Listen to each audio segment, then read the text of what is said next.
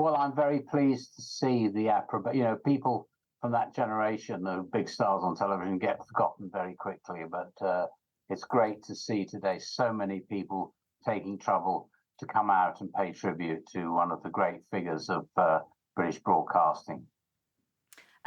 Anthony, you knew Michael Parkinson very well, didn't you? Tell us a bit about your time together.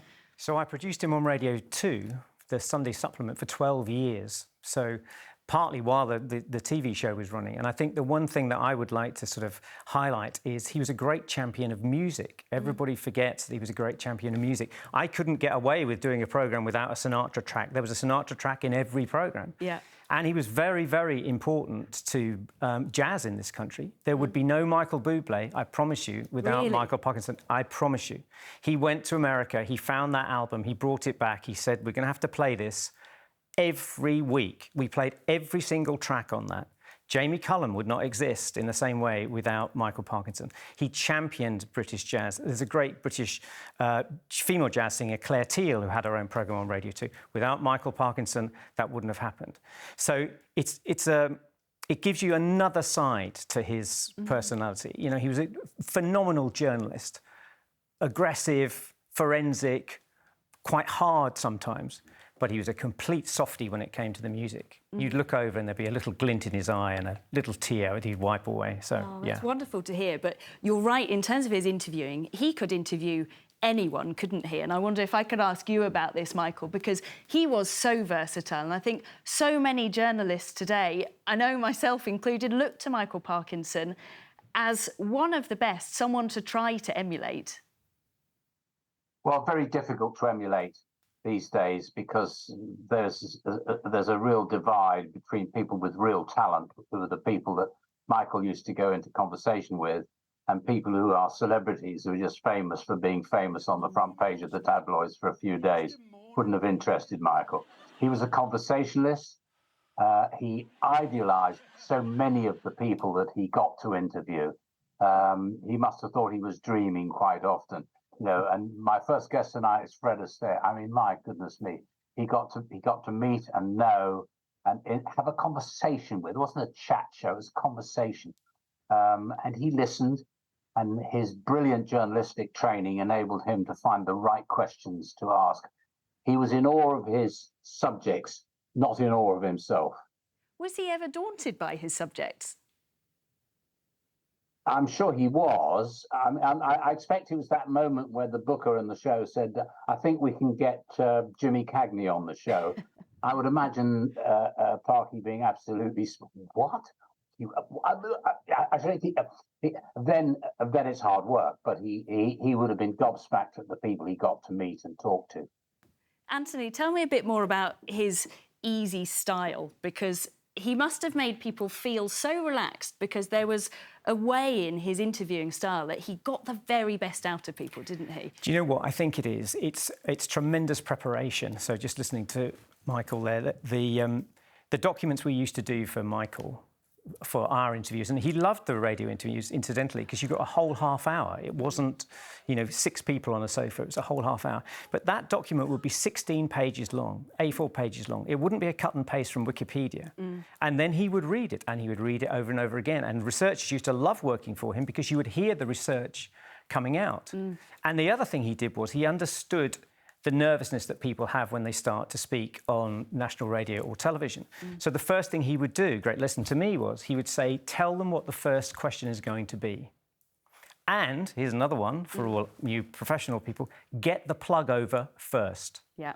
So they're on there to talk about the book, the television, the play, the film. Get that over first, settle them down. This was the advantage of having, you know, half an hour, incidentally, of course. So you do that, the guest visibly relaxes.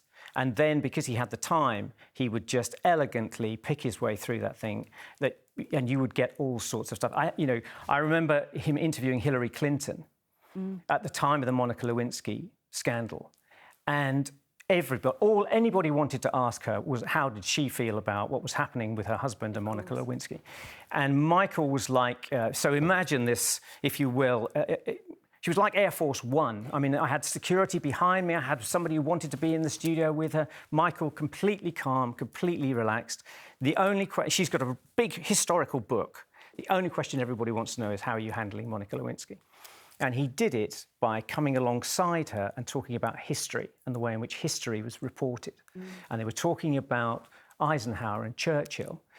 So she was very relaxed. And then he said, and of course, in those days, a news announcement would be put on a board and 2 weeks later everybody might hear about it. It's very different now, isn't it? And she said, yes, he was very enthusiastic. She was lit up. And he said, particularly when it's personal news. And you could hear the Secret Service people, getting the walkie-talkie. That he just was brilliant in terms of getting her to talk about something that nobody else could get her to talk about in that way. Yeah, I think, and that's another example of this great range that he had, isn't it? This from politicians to superstars. And I wonder, Michael, if you might reflect on the fact that, especially back in the early 70s, he really interviewed some of Hollywood's greats, didn't he? Can you give us a list of some of your particular favourites? Well, seeing Fred Astaire in a BBC studio talking to Parkinson was a great moment. Bob Hope, George Burns, all the great Hollywood stars of the period.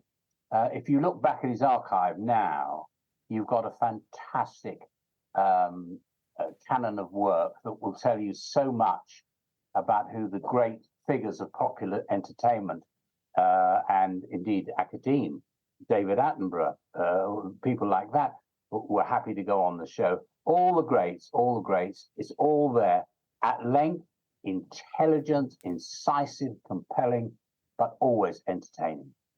It sounds like he was a very humble man too. I wonder, how do you think Parky would like to be remembered?